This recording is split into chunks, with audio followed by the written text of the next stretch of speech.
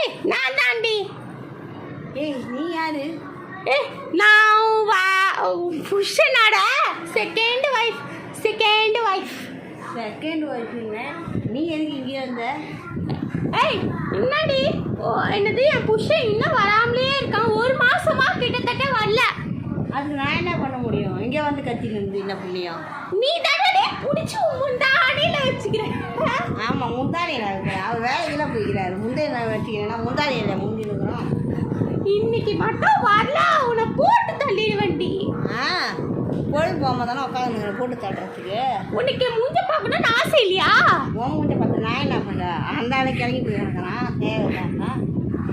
ஏய் நிறுத்தடி. அங்கடி என் புருஷன். உன் புருஷன் ஆஃபீஸில் இருக்கும், போய் பாரு. ஆஃபீஸ் குடிடி.